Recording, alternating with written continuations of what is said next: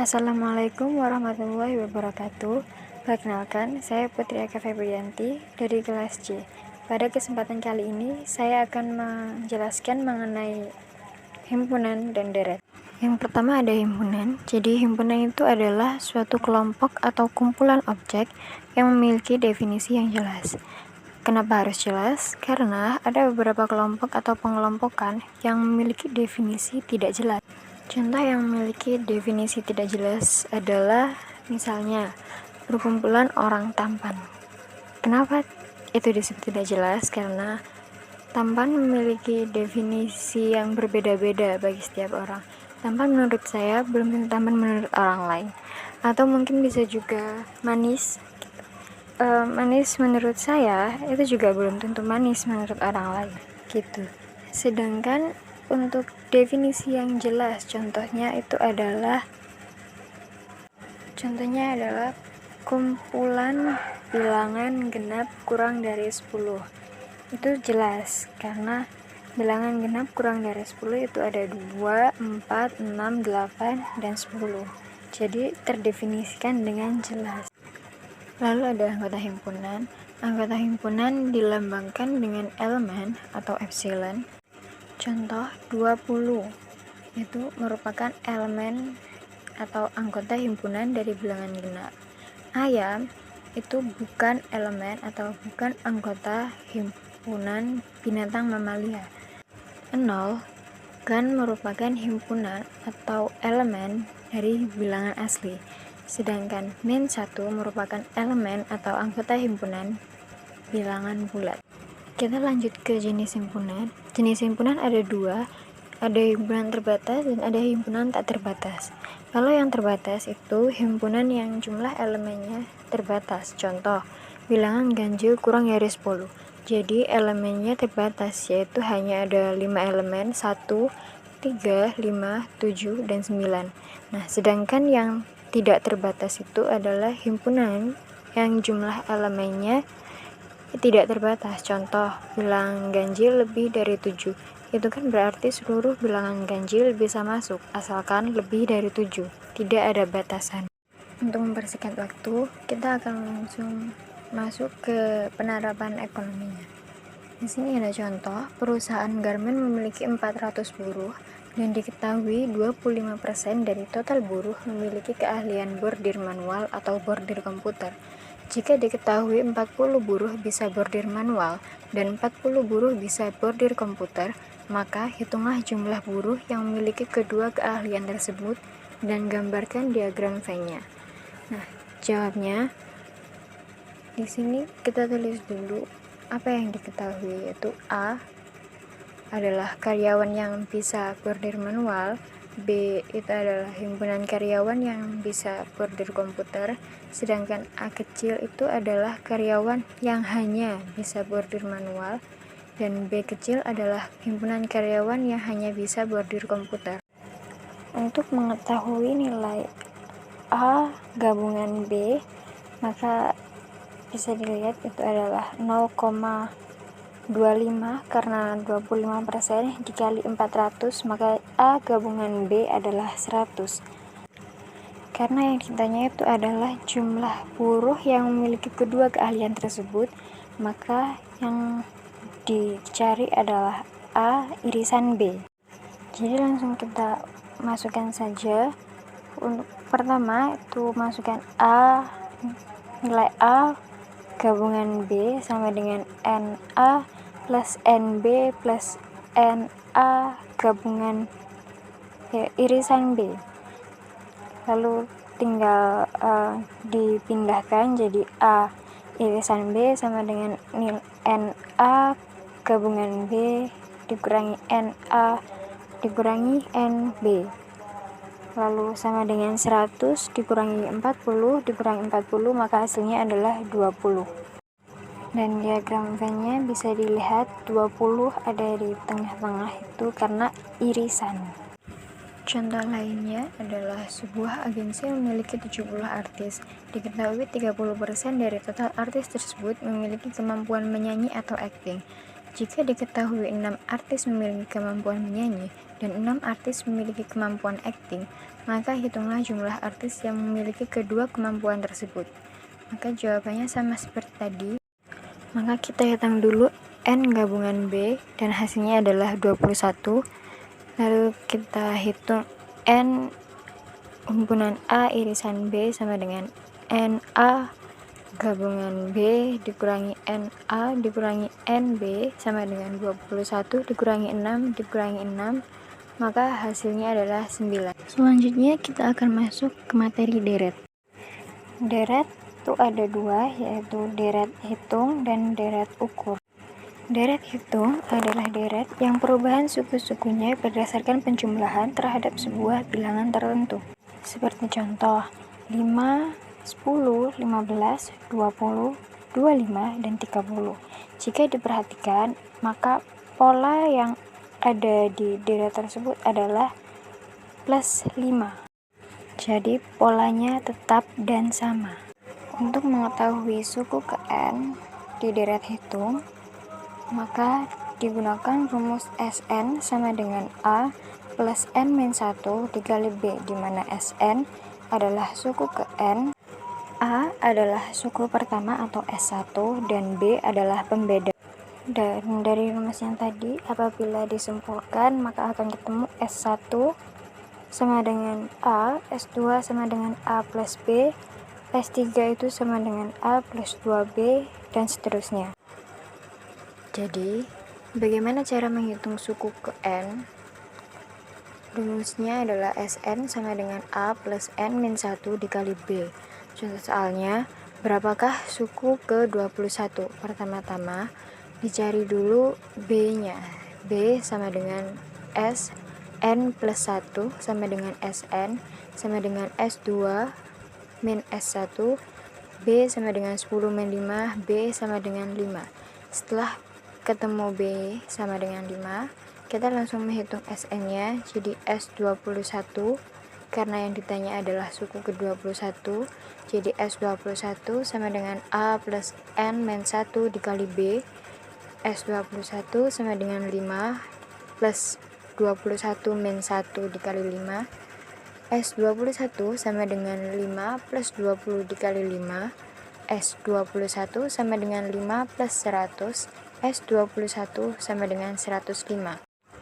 Lalu bagaimana cara menghitung jumlah N suku pertama di deret hitung? Jumlah N suku pertama di deret hitung mempunyai dua rumus. Yang pertama adalah Jn sama dengan N per 2 dikali S1 plus Sn. Jika yang diketahui adalah suku pertama dan suku terakhir, di mana Jn adalah jumlah N suku pertama, S1 adalah suku pertama, dan Sn adalah suku terakhir. Namun, jika yang diketahui di soal adalah suku pertama dan pembeda, maka menggunakan rumus Jn sama dengan 6 per 2 dikali 2A plus N-1 dikali B, di mana Jn adalah jumlah N suku, A adalah suku pertama atau S1, dan B adalah pembeda. Contoh soal menghitung jumlah N suku di deret hitung, yaitu berapakah jumlah N6 suku pertama. Jadi langsung saja ditulis J6 sama dengan N per 2 dikali S1 plus S6. J6 sama dengan 6 per 2 dikali 5 plus 30. J6 sama dengan 3 dikali 35. J6 sama dengan 105. Jadi, N jumlah 6 suku pertama adalah 105. Sekarang kita beralih ke deret ukur. Deret ukur adalah deret yang perubahan suku-sukunya berdasarkan perkalian terhadap sebuah bilangan. Biasanya, pembedanya adalah kali, atau biasanya disebut pengganda. Seperti contoh di atas, 5, 10, 20, 40, maka berpola dikali 2. Rumus suku ke N di deret ukur adalah Sn sama dengan A dikali P N-1, di mana A adalah suku pertama atau S1, P adalah pengganda, dan N adalah indeks suku. Contoh soal untuk mencari suku ke N di deret ukur adalah berapakah suku ke-8 dari contoh di atas. Pertama-tama kita cari dulu penggandanya. P sama dengan Sn plus 1 per Sn, P sama dengan S2 per S1, P sama dengan 10 per 5, P sama dengan 2. Setelah ditemukan penggandanya, kita langsung masukkan rumus Sn-nya, yaitu S8 sama dengan A dikali P pangkat 8 min 1, S8 sama dengan 5 dikali 2 pangkat 7, S8 sama dengan 5 dikali 128, S8 sama dengan 640. Jadi suku ke-8 dari deret ukur di atas adalah 640. Lanjut pada jumlah N suku pertama di deret ukur. Terdapat dua rumus yang bisa digunakan. Yang pertama, jika penggandanya lebih dari 1, maka menggunakan rumus Jn sama dengan A dikali P pangkat N-1 per P-1. Dan jika penggandanya kurang dari 1, maka menggunakan rumus Jn sama dengan A dikali 1 min P pangkat N per 1 P 1 min P, di mana Jn adalah jumlah N suku pertama, A adalah suku pertama, dan P adalah pengganda. Contoh soal mengenai jumlah N suku. Berapakah jumlah 5 suku pertama? Pertama-tama dicari dulu P-nya. P sama dengan Sn plus 1 per Sn, P sama dengan S2 per S1, P sama dengan 10 per 5, P sama dengan 2.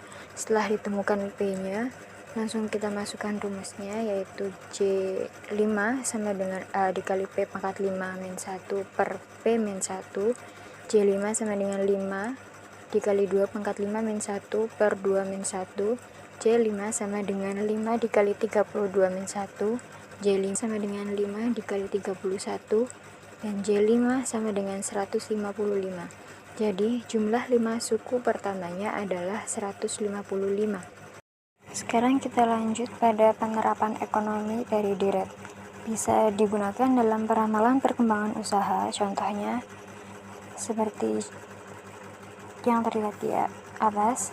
Hasil penjualan PT Sukses pada tahun ke-5 dan ke-7 adalah Rp 360 juta dan Rp 490 juta.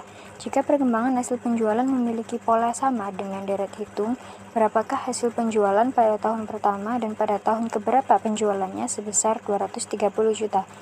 Dan dari soal di atas diketahui bahwa S5 sama dengan 360 juta dan S7 sama dengan 490 juta. Untuk mencari B, maka kita masukkan dulu rumus N7 dikurangi N5 dikali B sama dengan S7 min S5. 7 dikurangi 5 dikali B sama dengan 490 juta dikurangi 360 juta. 2B sama dengan 130 juta, jadi B sama dengan 65 juta. Soal pertama, berapakah hasil penjualan pada tahun pertama? Langsung masukkan saja rumusnya, yaitu S5 sama dengan A plus 4B, 360 juta sama dengan A plus 4 kali 65 juta, A sama dengan 360 juta dikurangi 260 juta, jadi A sama dengan 100 juta. Untuk soal kedua, yaitu Sn sama dengan A plus N-1 dikali B, 230 juta sama dengan 100 juta ditambah N-1 dikali 65 juta. 230 juta sama dengan 100 juta plus 65 juta N dikurangi 65 juta. 65 juta N sama dengan 230 juta dikurangi 35 juta. 65 juta N dikurangi 195 juta, maka ditemukan N sama dengan 3. Jadi, penjualan tahun pertama PT Sukses sebesar 100 juta rupiah dan penjualan sebesar 230 juta rupiah akan terjadi pada tahun ketiga. Lanjut dengan penerapan ekonomi di bunga majemuk, yang rumusnya adalah Fn sama dengan P dikali 1 plus I pangkat N. Jika dilihat-lihat, rumusnya ini identik dengan deret ukur, yang rumusnya adalah Sn sama dengan A dikali P pangkat N-1. Fn sendiri adalah nilai akhir setelah periode ke N, P adalah nilai awal, I adalah suku bunga per tahun, dan N adalah jumlah tahun. Bunga majemuk sendiri memiliki dua rumus, yaitu yang pertama digunakan apabila pembayaran bunga terjadi sekali dalam setahun. Rumusnya adalah Fn sama dengan P dikali 1 plus I pangkat N. Dan rumus yang kedua adalah jika bunga yang dibayarkan adalah lebih dari sekali dalam setahun. Dan rumusnya adalah Fn sama dengan P dikali 1 plus I per M pangkat N kali M, di mana Fn adalah nilai akhir setelah periode ke N, P adalah nilai awal, I adalah suku bunga per tahun, N adalah jumlah tahun, dan M adalah frekuensi pembayaran bunga dalam setahun. Contoh kasus bunga majemuk adalah tabungan Ahmad akan menjadi Rp 532.400 3 tahun yang akan datang. Jika tingkat bunga yang berlaku adalah 10% per tahun, berapakah tabungan mahasiswa tersebut pada saat ini? Dari soal tersebut diketahui bahwa F3 sama dengan 532.400, N sama dengan 3, I sama dengan 10% atau 0,1. Dan cara menghitungnya langsung saja. Masukkan rumusnya, P sama dengan 1 per 1 plus I pangkat N dikali F, P sama dengan 1 per 1 plus 0,1 pangkat 3 dikali 532.400, maka hasilnya adalah 400.000. Jadi, tabungan Ahmad pada saat ini adalah Rp 400.000. Contoh lainnya adalah Ibu Ani akan menabung Rp 1.500.000 di bank dengan tingkat bunga 20% per tahun. Berapakah nilai uang Ibu Ani setelah 5 tahun jika dibunga majemukkan secara semester? Jawabannya Fn sama dengan P dikali 1 plus I per M pangkat N kali M. F5 sama dengan 1.500.000 dikali 1 plus 0,2 per 2 pangkat 10. F5 sama dengan 1.500.000 dikali 1,1 pangkat 10. F5 sama dengan 1.500 dikali 2,6. F5 sama dengan 3.900.000. Jadi nilai uang Ibu Ani setelah 5 tahun dengan dimana bunga majemuknya adalah per semester sebesar Rp 3.900.000. Lainnya, Pak Ahmad menabung di bank Rp 10 juta dengan bunga majemuk 3% per 3 bulan. Besar uang tabungan Pak Ahmad selama 1 semester jika selama waktu tersebut ia tidak menambah dan mengurangi tabungannya adalah, kita langsung masukkan rumusnya, Fn sama dengan P dikali 1 plus I per M pangkat N kali M. Fn sama dengan 10 juta dikali 1 plus 0,03 per 2 pangkat 1. Fn sama dengan 10 juta dikali 1,015. Fn sama dengan 10.150.000. Jadi, uang tabungan Pak Ahmad selama 1 semester jika ia tidak menambah dan mengurangi tabungannya adalah Rp 10.150.000. Dan untuk materi terakhir di materi deret ini adalah penaksiran pertumbuhan penduduk.